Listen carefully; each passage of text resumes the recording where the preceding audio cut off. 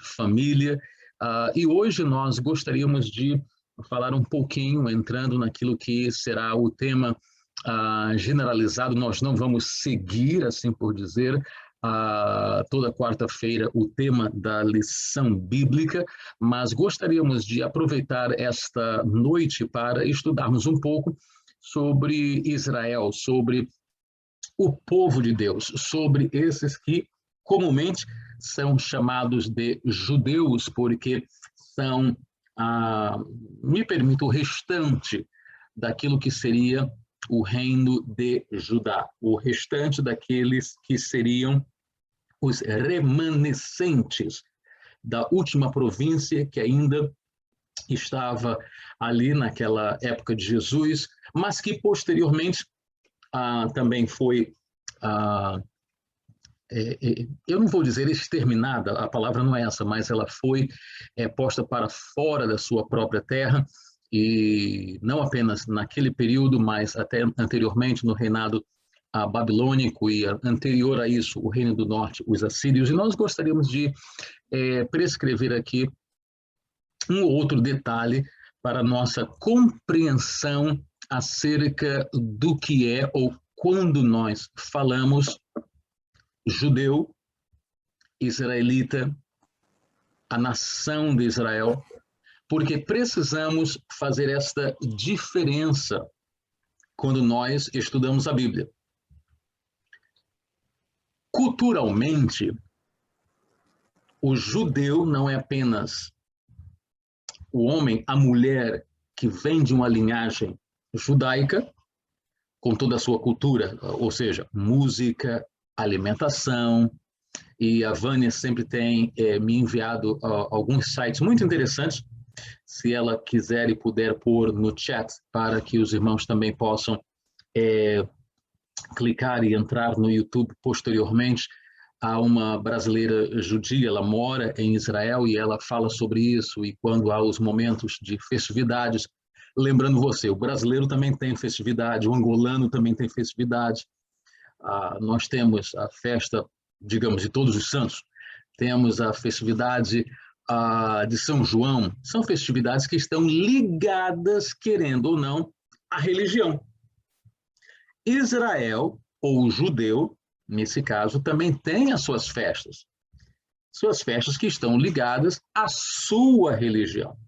Então, não é apenas uma questão de cultura, não é apenas uma questão do tipo de roupa que eles usam, ou da língua que eles falam, que o hebraico que eles falam hoje não tem nada a ver com o hebraico bíblico, né? Assim, quem estuda o hebraico bíblico vai saber exatamente isso, de que o hebraico bíblico é um hebraico antigo, mas o hebraico que eles falam hoje não tem nada a ver, é que nem o grego. O grego que as pessoas falam hoje na rua, na Grécia, não tem nada a ver com o grego escrito da Bíblia. Ok? Então, estamos falando de centenas e centenas de séculos de modificação, mas a questão é de que o hebraico foi mantido como língua também tradicional da religião, assim como, quando se fala de islamismo, o árabe foi mantido como língua tradicional do islamismo, pois dizem os muçulmanos de que o anjo Gabriel, quando fala ao profeta Maomé na caverna, fala em árabe. Então, o Islã diz que o árabe é a língua sagrada. Queremos dizer já agora de que o hebraico não é língua sagrada, o grego não é língua sagrada, foram línguas que nos foram dadas para, no idioma do dia, ser transmitido a mensagem da palavra de Deus. E é por isso de que, quando nós falamos de hebraico, não falamos com nenhum teor de veneração, ok? Então, o hebraico é apenas uma língua. O evangelho, a palavra, poderia ter sido transmitido em chinês, ok? Então, vamos prestar atenção de que nós não estamos venerando a língua quando falamos do hebraico, mas é uma língua que, então, pertence ao povo. Então, é a sua cultura. Quando nós falamos de israelita, nós não estamos falando necessariamente e categoricamente do judeu. Nós estamos falando da nação, ok? E a Vânia acabou de postar aí no chat, se o irmão, se a irmã quiser ir no chat, na caixa de bate-papo tem um link e você poderá ligar, mas não assista agora, fica aqui comigo, assista depois, tá bom? Como eu estava dizendo, então, Israel tem a ver com o nome, ok? O primeiro nome. Lembro você de que quando em Gênesis Deus chama a Abraão para sair da sua parentela, quando ele vai sacrificar Isaac, e Deus diz, não, eu não quero, eu só queria, o teu sacrifício humano, queria ver a tua fidelidade. Isaac, então, tem agora Jacó, e Jacó aí, Esaú e Jacó nesse contexto, Jacó aí é aquele que então luta com Deus, a Bíblia diz de que o anjo lhe pegou na coxa e tal, e naquela luta foi no momento de que o nome foi mudado para Israel, ok? Então a palavra Israel significa príncipe de Deus, porque lutaste com o Senhor, lutaste com Deus e fostes então vitorioso, porque conseguiu a bênção de Deus. O nome ficou Israel. Dele veio os seus 11 filhos e uma filha, Diná, que posteriormente, com os filhos de, me passa o nome agora, não Benjamim, mas me ajudem agora, José, o que acontece é de que os nomes das tribos, então, ficam 12, ok? Então, os 12 agora são as 12 tribos de Israel, ok? Então, vemos agora um clã, ok? Vemos uma família grande, com os seus 12 cabeças, me permita assim. Então, o que é que significa isso? É de que cada tribo tinha o seu chefe com os seus anciãos e os seus familiares que estavam debaixo daquela família. Isso significava uma tribo, ok? E aí lembro você que quando a Bíblia Sagrada fala de o tabernáculo no deserto, então as tribos, as 12, ficaram estabelecidas ao redor em função de cada uma das suas tribos, falando de organização. Então, cada um vivia naquela sua tribo, então era um estilo de clã, ok? Claro que eles podiam se casar entre eles, mas era cada um na sua tribo por causa da organização e etc, etc. Quando, então, eles entram na Terra Prometida, lembro vocês de que nem todos eles, nem todas as tribos entraram. Ficaram 2 tribos do lado oriental, porque disseram, olha, a terra aqui é melhor e etc. Preferiram ficar por ali. E depois cada uma daquelas tribos começaram a se assentar em uma área e em outra. E durante o período do livro dos Juízes, é quando você percebe de que eles continuam as suas conquistas. Josué deu a oportunidade para ter uma das maiores conquistas, que foi a da cidade de Jericó. E não preciso entrar nos detalhes, você conhece isso. Quando eles entram ali e vencem, o trabalho deles foi então de conquistar, de pegar as terras, de conquistar. E uma das coisas que Deus sempre tinha dito a eles através de Moisés foi de que eles não iriam se misturar com os deuses da terra. E lembro você de que na terra já havia um panteão de deuses. Já havia um deus por nome El, já havia o seu filho chamado Baal, já havia sua esposa chamada Astarote, havia o deus Acera, havia o deus Moloque, havia vários outros deuses, ok? E é até onde todos chamavam a Deus de El, ok? É onde você vê não apenas toda a linhagem de uma adoração a Deus desde o início de Adão e etc., mas agora Deus fala a Israel e disse, olha, eu me fiz conhecer a Abraão, a Isaac, a Jacó como o Deus, ou seja, o Deus que todos conhecem, mas agora eu me faço conhecer a vocês como Yahweh. Yahweh eram consoantes, não tinham vogais, e o que acontece é de que nesse contexto está na lei de Moisés e é algo muito chegado ao judeu, de que não se deve falar o nome. Ou seja, há tanta santidade de que você não deve falar o nome, você deve esquivar, você deve evitar dizer o nome Yahweh.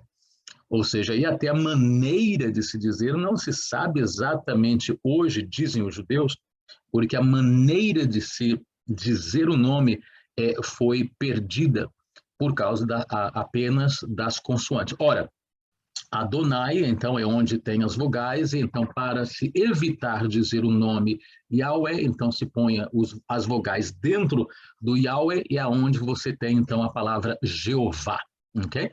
Então, o que acontece é de que esse povo agora que está com o seu Deus, então, eles não podem sacrificar nem adorar a outro Deus, senão apenas ao Senhor. Não apenas isso, mas a lei dizia de que eles não podiam casar com povo da terra. Eles tinham de casar entre si. E eles tinham de conquistar. É nesse momento de que eles começam a crescer, e você lendo no livro de Juízes, você vê de que eles têm as suas dificuldades, e quando pecam, quando se desviam, os juízes são enviados, e vemos um juiz como Sansão, vemos outros juízes como Gideão, por exemplo, homens que a Bíblia Sagrada fala dos grandes feitos de libertação, e já estamos falando agora de séculos na frente, depois, claro, de Abraão, Isaac, Jacó, as 12 tribos, e agora, depois de ter saído do Egito, depois de Moisés, Josué, estamos falando agora já lá na frente, mas antes do período de reino, de monarquia. Então, nesse período dos juízes, o território não era, assim por dizer, tão específico. Os vilarejos, as cidades, o que nós poderíamos chamar de reinos, e eu vou partilhar com você aqui um pouco o ecrã para você ver isso, era chamado de reino aquilo que hoje nós poderíamos chamar de províncias. Eu espero que todos estejam vendo. Então, esse já é um mapa posterior, já estamos um pouco mais avançados, mas só para você saber aqui. Então, você tem os estados fenícios, aqui da Fenícia, você tem o reino arameu, você tem o reino de Amon, você tem o reino de Moabe, você tem o reino de Judá, por exemplo, ok? Que nós vamos falar daqui a pouquinho, o reino de Israel, e claro que você tem aí aquilo que seriam as tribos árabes para o sul, mas pronto, então fala-se de reinos, ok? Eu vou tirar aqui agora do ecrã para voltarmos ao ensino mais sem essa imagem. Então, como nós estamos dizendo, no momento dos juízes, o importante é você entender o seguinte, eles não tinham um rei quando os povos ao redor tinham reis, ok? E um rei era o quê? Era o protetor, era o monarca, era a glória, era a fama, era dizer, temos muros, temos exércitos. E é nesse período de que Israel agora recebe da parte de Deus um profeta, um sacerdote, o nome dele era Samuel, e nesse contexto o que acontece é de que a Bíblia Sagrada fala exatamente de que o povo começa a ficar, me permita, insatisfeito com aquela com aquela a situação, aquele status quo, me permita dizer assim. E quando a Bíblia Sagrada diz de que eles ficaram tristes por aquela situação, então eles vão a Samuel. Olha só o que é que a Bíblia diz. A Bíblia diz de que eles foram a Samuel e disseram, olha, nós não queremos ficar assim, nós queremos um Deus. E já agora, queridos irmãos, eu estou vendo aqui que a Vânia mandou uma imagem, me permita partilhar essa imagem com você, porque é uma imagem do que eu estava falando ontem. Obrigado, Vânia. É bom ter professores na linha, né? Que aí nos ajudam aí. Olha aí, se você puder ver a imagem, estamos falando aqui do deserto. Estamos falando agora do período após a saída das 12 tribos, que agora era uma multidão, era uma nação inteira que sai do Egito, ok? Calcula-se, não se sabe por certo, mas calcula-se em 6 milhões de pessoas. E o que acontece é de que, como eu estava dizendo, se você seguir o meu mouse aqui no meio, temos o tabernáculo no meio, onde essa parte exterior é a parte do altar, a pia onde o sacerdote lavava, depois aqui o tabernáculo aqui dentro, ou seja, a parte do santo, e lá dentro o santíssimo. E aqui, não sei se dá para notar, não sei se você consegue ver no seu telefone, no seu dispositivo, mas o que seria coluna de nuvem, ok? No meu computador eu vejo bem, não sei se você consegue ver. Então, o que acontece é de que esses grupos, essas tendas, dá para ver aqui agora ao lado, essas tendas, então, seriam as 12 tribos,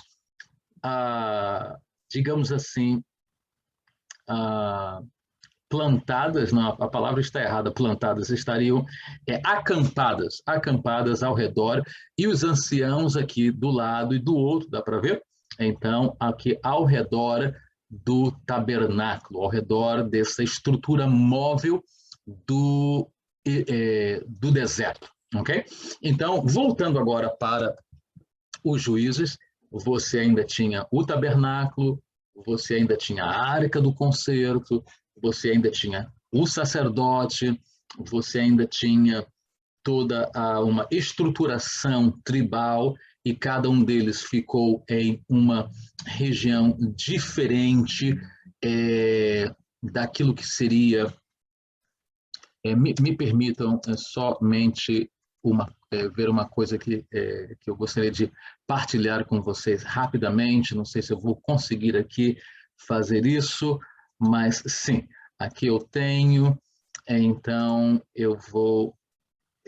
um momentinho, queridos, eu só estou querendo ver se eu consigo mostrar algo para os irmãos aqui, para que os irmãos possam ver melhor. Eu não estou conseguindo essa imagem, não está abrindo. Deixa eu ver se eu consigo outra imagem. Deixa-me ver aqui, eu creio que eu consigo mostrar essa. Sim, estou conseguindo aqui. Deixa eu partilhar com os irmãos agora, um momentinho.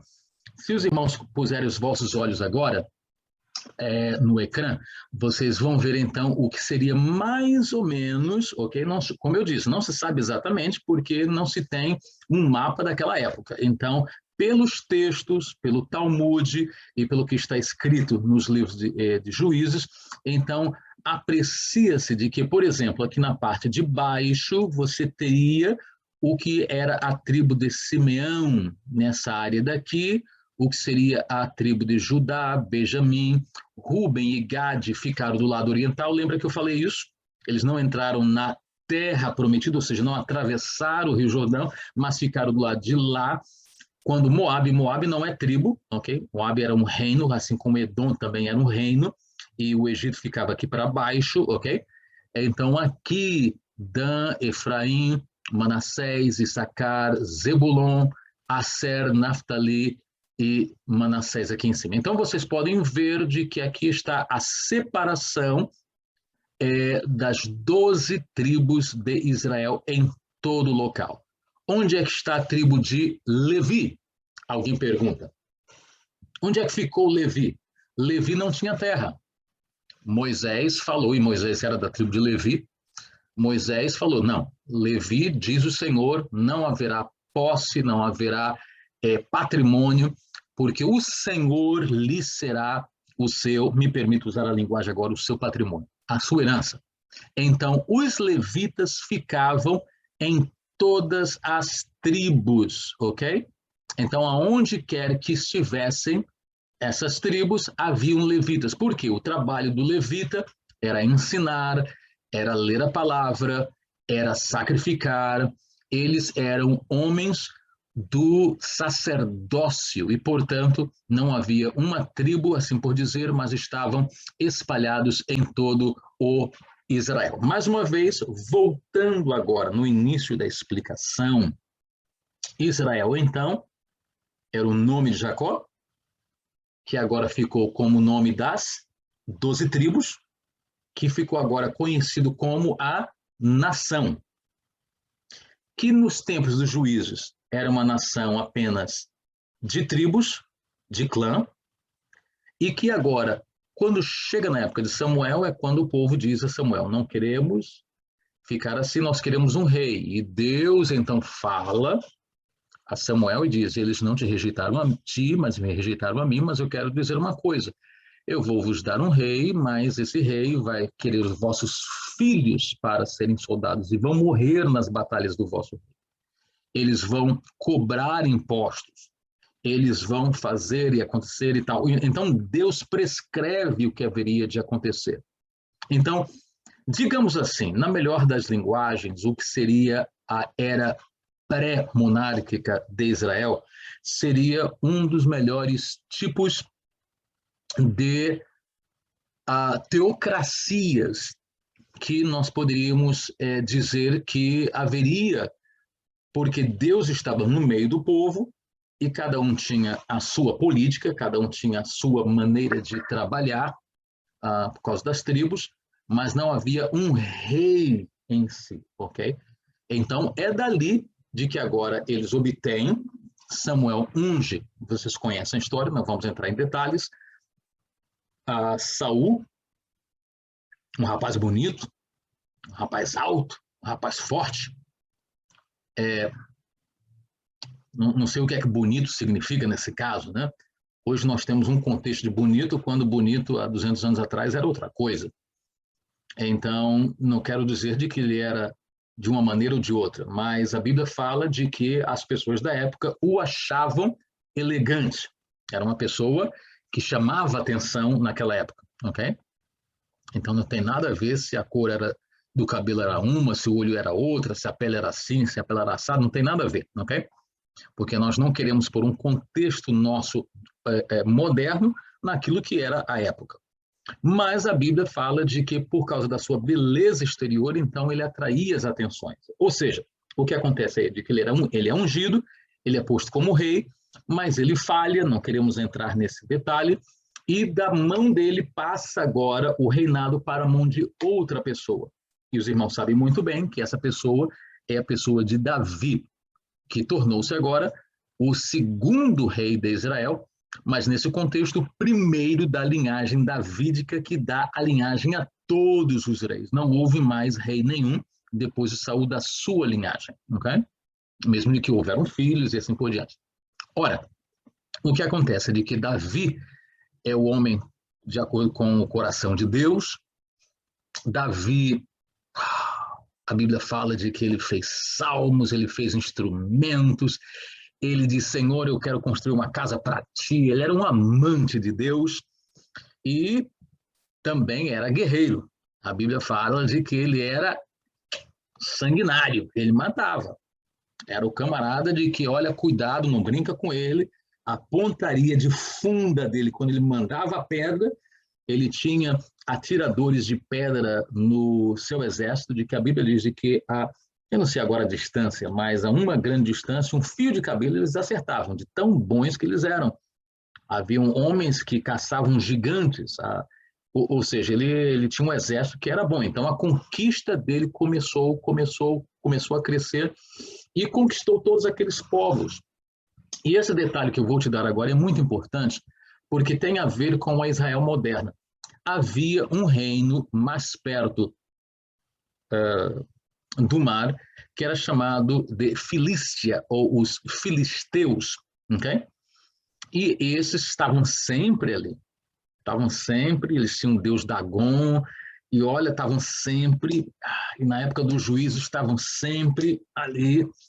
E o que acontece é de que até na época que Davi foi elevado como rei, eles ainda estavam por ali, lutou contra eles, e a palavra Filístia, ok? No árabe, é aonde ou de onde vem a palavra Palestina, ok? Então, a palavra Palestina é uma palavra, uma nomenclatura moderna que vem do árabe para falar dos filisteus ou dos habitantes da terra, ok? Então, Davi compra aquela terra de Jerusalém, de Jebus. Jacó compra a terra, ou seja, sempre houve povoados, mas nunca houve assim um reino. E quando houveram reinos, Israel veio e conquistou a terra. E já agora, de acordo com a regra da ONU, até 1948, quando foi aceito, então a ONU aceitou a conquista de Israel, assim como aceitou a conquista de vários outros países, e é por isso de que mesmo que se diga de que, olha, tem que se dar terra de volta na África do Sul, porque o colonizador, porque o britânico, porque esse, porque aquilo, tal, a ONU prescreveu de que todas as conquistas feitas ficariam estabelecidas, porque você não tem como reverter séculos de conquistas para ninguém. Então, Israel ficou com o terreno que eles sempre conquistaram e sempre viveram ali, mesmo que sendo postos para fora, e houve sempre a exclusão, não apenas de judeus, pelas cruzadas dos cristãos, mas a exclusão dos próprios habitantes da terra, os palestinos e outros misturas de povos que ali havia. Eu lembro você que na parte do norte, onde estava Israel, estamos voltando agora a um par de séculos atrás, o que acontece é de que a Síria retirou Israel do norte, ok? E fez o quê? Por que Samaria era, na época de Jesus, um povo tão espúrio, tão não santo? Qual era o contexto aí? É simples, é porque a Bíblia fala de que quando o Israel foi retirado, foram postos misturas de povos ali. E a Bíblia fala sobre todos os tipos de povos que foram postos ali para fazer um reino que não teria uma etnia. Ok? Então, isso é importante nós analisarmos. Agora, vamos ver o que acontece pós Davi. A Bíblia fala sobre Salomão, e lá em 1 de Reis, capítulo 4, leio do verso 29 em diante, diz a Bíblia, já agora, mais uma vez, 1 de Reis, capítulo 4, verso 29. Deu Deus a Salomão sabedoria e muitíssimo entendimento, largueza de coração, como a areia que está na praia do mar, e era a sabedoria de Salomão maior do que a sabedoria de todos os do Oriente. É importante essa palavra Oriente, porque o Oriente sempre foi fonte de filosofia e de sabedoria, não Grécia. Grécia veio depois, ok? Estamos falando de Irã, estamos falando de toda aquela região da Mesopotâmia, ok? O mesmo Oriente, a mesma linguagem Oriente que prescreve quando os magos vieram para trazer presentes, e que já agora não eram reis magos, porque a Bíblia não fala que eram reis, e a Bíblia não fala que eram 3 magos, eram 3 presentes, mas eram magos que vieram do Oriente porque seguiam uma estrela, ou seja, eram esotéricos, eram alquimistas, eram pessoas que seguiam revelações e eram hermetistas, eram pessoas que estavam querendo saber sobre sabedoria e viram um sinal e foram ao encontro de Jesus, ok? Esses eram do Oriente. Essa linguagem Oriente aí é muito importante. A Bíblia fala de que mais sábio do que todos os do Oriente, de que toda a sabedoria dos egípcios, muito importante. Os egípcios criaram as pirâmides, a sabedoria deles, para aquela época, é muito mais avançada do que a nossa hoje. Okay? E era ele ainda mais sábio do que todos os homens, e a Bíblia fala aqui sobre alguns nomes de filósofos daquela época, do que Etan, Ezraíta, e do que Emã, e Calcol, e Darda, filhos de Onol, e correu o seu nome por todas as nações em redor, e disse 3.000 provérbios, e foram os seus cânticos 1.005, ou seja, falando sobre as grandezas e sobre os livros, e sobre tudo aquilo que Salomão, filho de Davi, fez. Okay? Também falou as árvores, desde o cedro do Líbano até o isopo que nasce na parede, também falou dos animais e das aves, de répteis e dos peixes, e vinham todos os povos a ouvir a sabedoria de Salomão e de todos os reis da terra que tinham ouvido da sua sabedoria. Por que isso?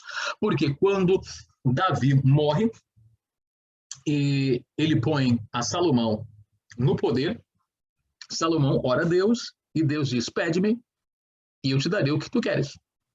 E Salomão diz, Senhor, eu quero sabedoria para liderar esse povo. E Deus diz, porque tu não me pediste a morte dos teus inimigos, nem tu me pediste riquezas, nem mulheres, nem nada disso. Eu vou te dar sabedoria e te darei também com tudo isso. Então é aí onde vemos a sabedoria divina sobre Salomão, e a Bíblia fala sobre isso, não queremos entrar nesses detalhes, não é o tema do ensino desta noite, mas aí o que acontece é de que com toda essa sabedoria, e você vê o livro de Provérbios, você vê o livro de Eclesiastes, você vê o livro de Cantares de Salomão, sabedoria após sabedoria, é um tsunami de sabedoria. Okay?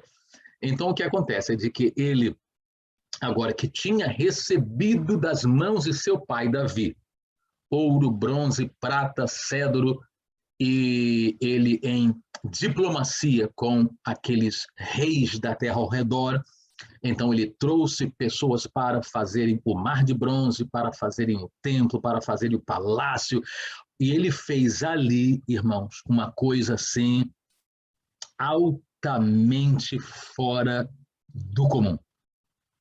Somente o trono dele, puramente feito de marfim. E a Bíblia fala sobre toda a sua grandeza, sobre toda a sua sabedoria, sobre tudo aquilo que até a rainha de Sabá, a rainha da Etiópia, vai, a Bíblia fala de que foi ali, viu, e ela disse, olha, isso aqui é muito mais do que me falaram. E daí é onde a Bíblia, então, em um momento específico, diz de que depois que tudo isso foi feito, e que parece que Salomão, tendo tanta sabedoria, já não sabia mais o que fazer, ele ficou meio chateado, não tem mais nada para fazer. Ele diz, tudo é vaidade, eu tenho tudo. E a Bíblia fala de que ele começou então a importar mulheres de outros reinos e fazer diplomacias de casamento, e é nesta inversão de valores que ele começou a casar com mulheres de outros povos, de outros reinos, de que essas mulheres traziam consigo os seus deuses. Ok? E a Bíblia diz um detalhe, que Salomão, mesmo sendo sábio, ele dobrou-se e adorou aos deuses das suas mulheres. É nesse momento que ele começa a cair. Cair. Claro que ele não perdeu a sabedoria. Mas a realidade é de que quando ele morre, então ele passa o reino para o seu filho Roboão. E é nesse momento de que há uma crise política.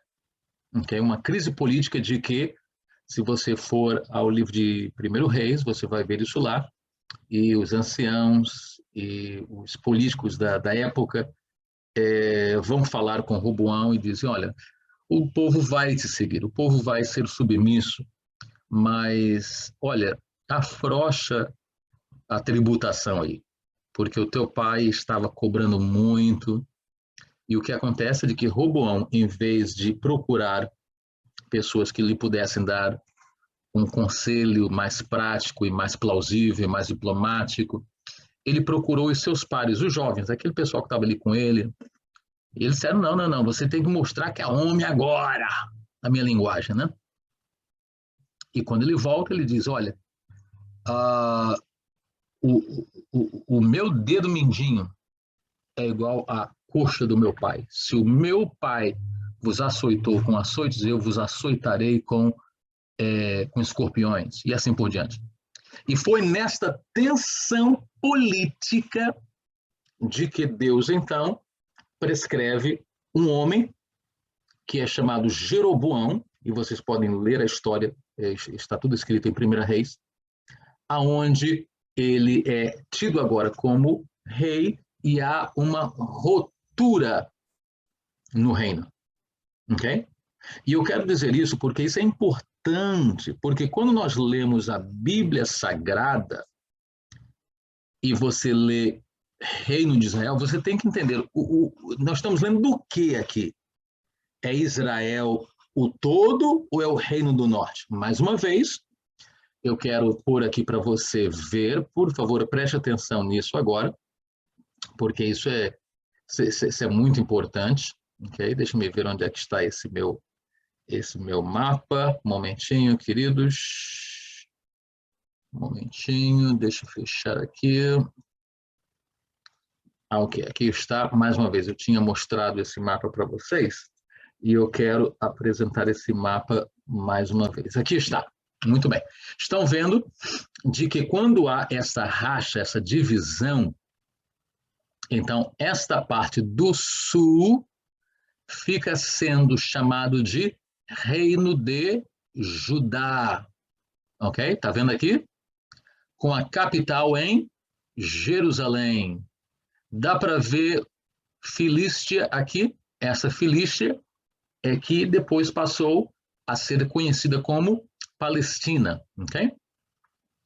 E na parte do norte é onde ficou conhecido como Reino de Israel. Então, quando você fala Israel em alguns contextos proféticos, você não está falando do povo, das 12 tribos, você está falando apenas do Reino do Norte. E quando você fala de Judá, em alguns contextos, pelo menos deuteronômicos, você está falando da tribo, mas quando você fala do profético, você está falando do reino. Então, há uma diferença na nomenclatura, ok? Então, aqui você está vendo o reino do norte, que é reino de Israel, e o reino do sul, que é reino de Judá. Reino de Israel, com a capital em Samaria. E é aí onde eu tinha dito de que, ao passar do tempo, veio a Síria, dá para ver aqui em cima, reino do Império Assírico, desce e leva cativo os habitantes de Israel para fora. E depois a Babilônia faz o mesmo posteriormente com Judá. E eu quero mostrar aqui para você, deixa eu mostrar aqui outro desenho importante. Deixa eu ver aqui onde é que está o desenho. Aqui está, muito bem. Deixa eu partilhar com vocês agora esse desenho muito importante aqui. Olha aqui, eu quero que você... É uma tabela cronológica dos reis e profetas, ok? Se você quiser, eu te mando isso, mas você pode procurar, porque eu encontrei isso, foi na internet, ok? Você tem muito na internet, e tem muitos tipos, você pode procurar e estudar, ok? Então, deixa eu aumentar aqui a letra para você ver. Então, nós estávamos falando de Saul, depois falamos de Davi, depois falamos de Salomão, e agora estamos falando de dois, é o quê? Roboão e Jeroboão. Dá para ver aqui, não? Ok? Esses dois aqui, ó. Então estamos falando de mais ou menos 925 anos, foi nessa racha, ou uma palavra mais técnica, na cisma hebraica monárquica, e é daí então de que você, em Segunda de Reis, Primeira de Crônicas, Segunda de Crônicas, depois Esdras, Neemias, Esther, e você entra então depois nos livros proféticos, é aonde descreve toda a história daqui desses homens até aqui embaixo, ok? Aonde você vai a todos esses reis e depois acaba os reis, não há mais reis aqui. Ok? Eu vou explicar isso se eu tiver tempo hoje, mas aqui vemos do lado esquerdo o Reino do Sul, do lado direito o reino do norte. Paralelamente, nós temos aqui ao lado profetas. Obadias, Joel talvez estiveram nessa época. Depois temos aqui muito conhecido, Elias, Eliseu, nós temos o profeta Jonas, lembra dele? Não?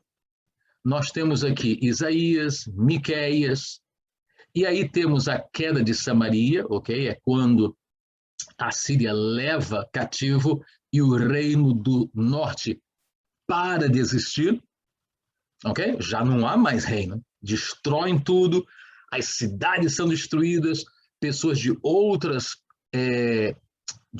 povos são levados ali para não ficar vazio sem nada, mas é uma maneira de fazer um genocídio étnico, ok?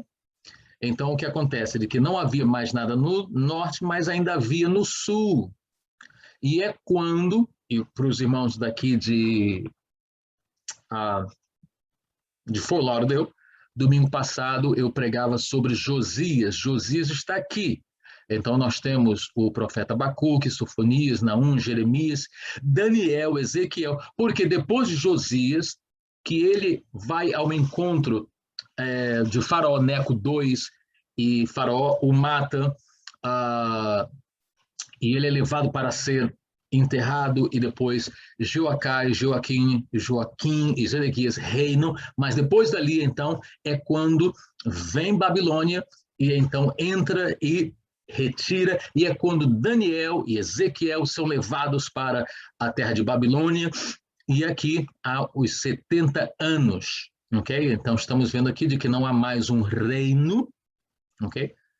Quando Esdras volta, quando ele está falando com todos os seus contemporâneos, dizendo, olha, as notícias que vêm da nossa terra, é de que ali está as moscas, o mato, os animais, e então é quando os reis, então, vemos ali Assuero, que permite que eles voltem, e então é quando Zorobabel, ok? Está vendo esse nome aqui? Zorobabel.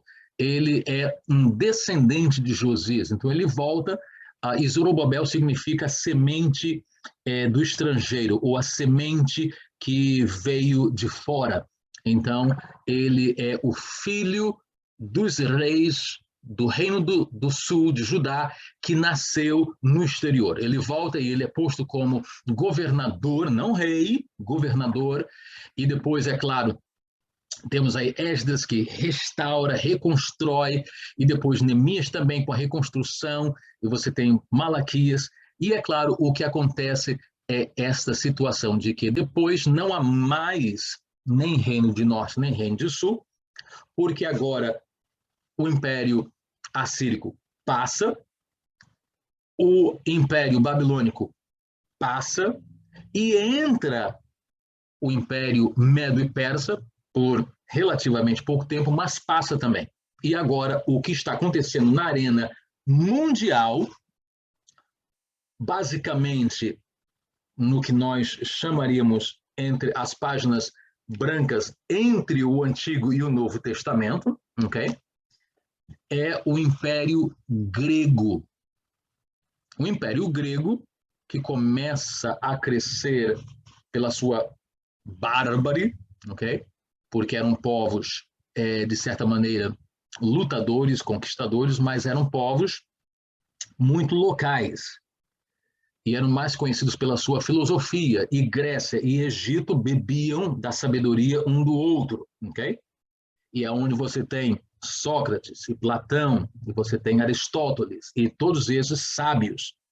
Mas é quando Alexandre o Grande começa a conquistar e começa a crescer, de que, então, Grécia se torna, então, o Império Voga, ou seja, é o império que naquela época está tendo seu alcance. E o alcance dos gregos não foi nem tanto apenas na sabedoria platônica aristotélica, mas foi também da língua. O grego começou a ser falado em todas as partes do mundo por causa disso. Algo que o reino da Síria não fez, o reino babilônico não fez tão pouco, ok? Algo que o reino medo e persa tão pouco, ou seja, havia diplomacia, aquela coisa toda, mas não havia, assim por dizer, a intuição de trazer o que seria a linguagem do império para ser estabelecido como colonização. Na realidade, a única coisa boa foi no império de Ciro II, que foi um império medo-persa, e ele instituiu o que é conhecido hoje como direitos humanos, ok? A linguagem moderna, direitos humanos, começou com Ciro.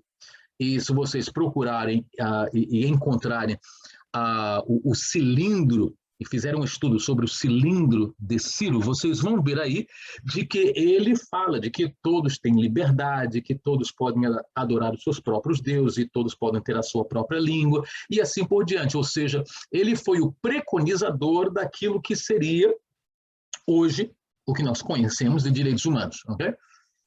Voltando à questão agora dos gregos, eles, entre aspas, colonizam todos os reinos que se tornam províncias, e a língua tinha de ser grego. E é por isso de que quando agora o evangelho é escrito, foi escrito em que língua? Exato, em grego. Antigo Testamento em hebraico, mas o Novo Testamento foi escrito em grego. Ajudou a proliferação do evangelho porque todos falavam grego, ok? Quando Alexandre Grande morre, e Daniel já tinha profetizado sobre isso, então seu império ficou em 4, Ptolomeu I e Ptolomeu II ficaram com aquela área de Israel, e há uma grande paganização da religião hebraica, onde sacrificam porcos no templo e coisas assim. O que acontece é aí aonde um homem que é hebreu sobressai, e ele é chamado de Macabeu. Macabeu significava martelo, e é onde eles lutam e conseguem vencer o Império Grego, mas nesse momento o Império Grego está se desfacelando, e é onde o Império Romano vem à voga, ele cresce e ele começa a conquistar, ok? E aí ele sobretoma os gregos. E agora temos a época do Império Romano, aonde, na época de Jesus, quando ele nasce, é que está no momento, ok? Então, os macabeus, que tinham as suas fortalezas, então os romanos vieram e mataram, destruíram todos ali, e põem a sua mão de ferro em todos os lugares onde eles estão conquistando. E uma das coisas que o Império Romano faz não é estabelecer a língua só, porque eles falavam latim, ok? Não era italiano, era latim, que era a língua, digamos assim, basilar, digamos assim, para todas as línguas não germânicas, mas as línguas mais do sul, e é da onde vem não apenas o italiano, o português, o espanhol, o francês. Então, o latim é a base dessas línguas. Os germânicos, que é o inglês, é o alemão, o polaco, e etc., eram os bárbaros do norte, okay? Que os romanos realmente nunca conseguiram conquistá-los corretamente, e depois os bárbaros, isso falando de centenas de anos depois, desceram, entraram e destruíram o que seria conhecido como Império Romano, e da onde então a Igreja Católica, que se tornou o Império Romano e continuou o seu império através dos séculos posteriores. Mas voltando agora ainda nesse período greco-romano, o que acontece é de que quando você vê que Jesus está ali e ele prega amor para os romanos, ou seja, para que esse pessoal que estava matando. Eles decapitaram João Batista, eles crucificavam as pessoas, eles não tinham problema em matar. Os romanos eram conhecidos na sua maneira escarnecedora, era um escárnio, dali era matar como se mata barata. Para eles não havia problema, não era diplomacia, era manter a regra. E é daí onde eles estabelecem os seus reinos. Ora, o seu reino, o seu império. Agora, ali já não havia reino do norte, lembra disso?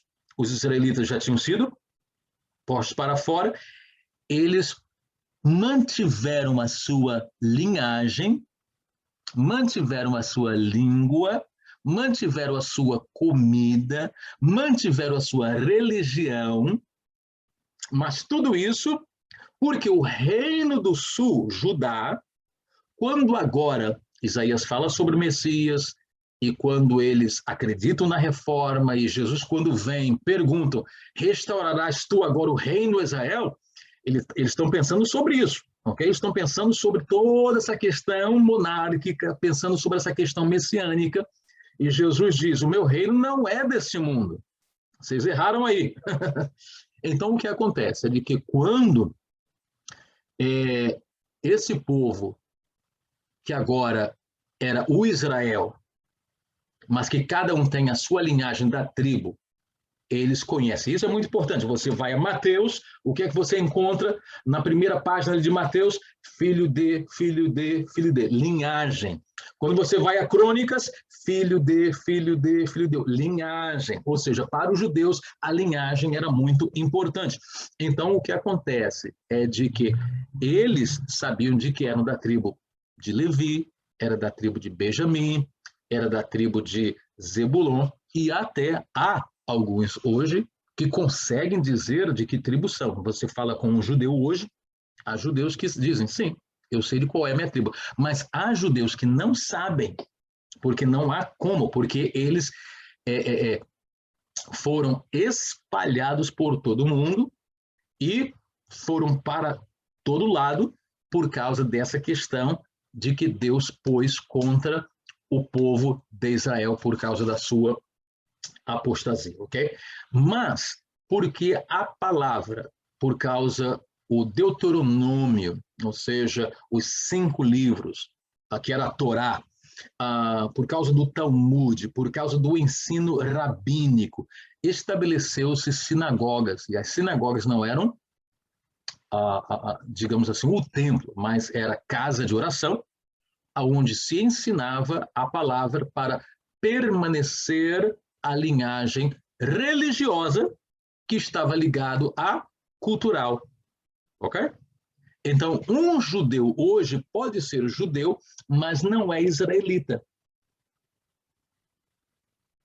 porque nunca nasceu em Israel, porque nunca viu Israel. Então, ele é judeu por religião, ele é judeu por, digamos assim, por tradição. E há até judeus hoje que são ateístas, eles não creem em Deus.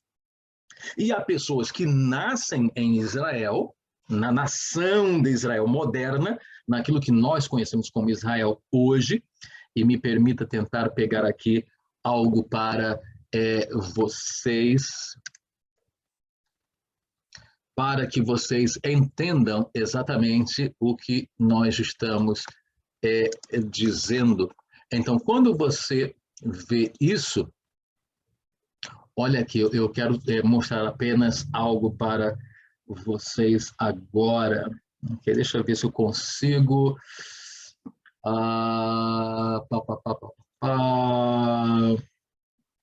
Muito complicado, eu quero um mapa mais simples.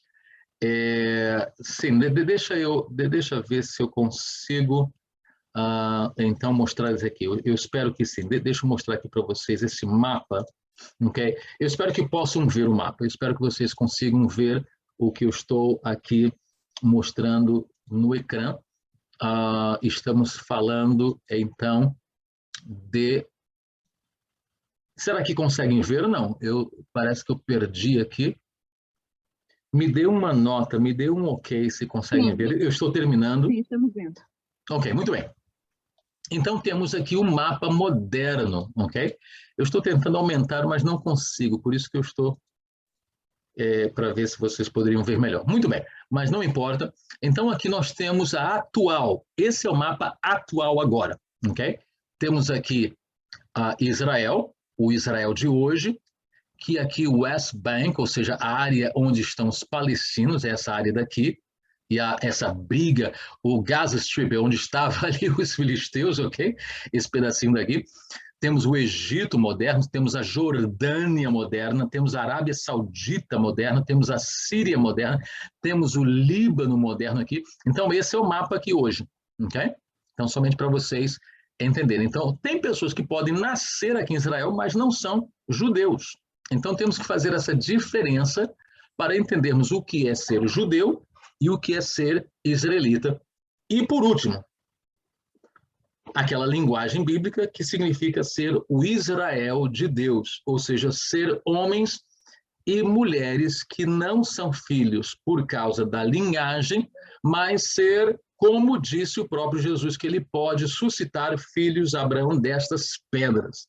Então, a questão agora mudou de tribo para um estabelecimento monárquico, para um estabelecimento provincial, como província de um império, para nação moderna, e de que Deus ainda tem no seu projeto profético apocalíptico daquilo que será o reino de Cristo para Israel na terra. E nós, a Igreja de Cristo, somos, entre aspas, okay, a Israel de Deus. Não queira ninguém por aí sair dizendo que eu agora sou judeu. Pare com isso, deixe disso, você não é judeu, e se você é crente, você deveria deixar o judaísmo de lado para seguir Cristo, se você realmente é de Cristo. Então não adianta você pôr uma menorá, você se cobrir com... Irmão, Jesus não nos chamou para sermos judeus. E o próprio Paulo fala sobre isso, e os próprios apóstolos falam sobre isso. Então não há ganho nenhum em nós querermos ser judeus, porque nós já alcançamos uma maior graça em Cristo Jesus. Muito bem, meus queridos irmãos, eu fico por aqui hoje, o nosso tempo já acabou. Se você tiver perguntas, se você tiver dúvidas, se você tiver um comentário, manda-me um WhatsApp, manda-me uma mensagem e nós estaremos alegres em poder corresponder e contatar consigo e pôr alguma ideia aí para vocês, para que assim possam, então, também estar alegres em nome de Jesus. Eu vou aqui rapidamente postar o que a Vânia acaba de me enviar. São algumas estatísticas muito interessantes. Obrigado, Vânia, sobre os... Perdão, eu tenho de, primeiramente, abrir isso. Muito bem, aqui está. Deixa eu partilhar com vocês. A Vânia mandou isso aqui. Olha só, é um mapa bonito para vocês verem a população de judeus. Isso aqui já está um pouquinho atrasado, 2019, mas os números são mais ou menos os mesmos. Então, tantos judeus nas Américas, tantos judeus na Europa, tantos judeus na África, tantos judeus na Ásia, Oceania. Então é que nem Portugal, tem mais português no resto do mundo do que em próprio Portugal, né? Vocês podem ver aqui em comparação em Israel, quantos judeus tem ao redor do mundo, tá bom? Então esse é um mapa de que, se alguém quiser, poderemos também mandar para vocês e vocês continuarem a estudar e assim serem abençoados. Meus queridos irmãos, muito obrigado, Deus abençoe. Permita-me então orar e agradecer a Deus por esta noite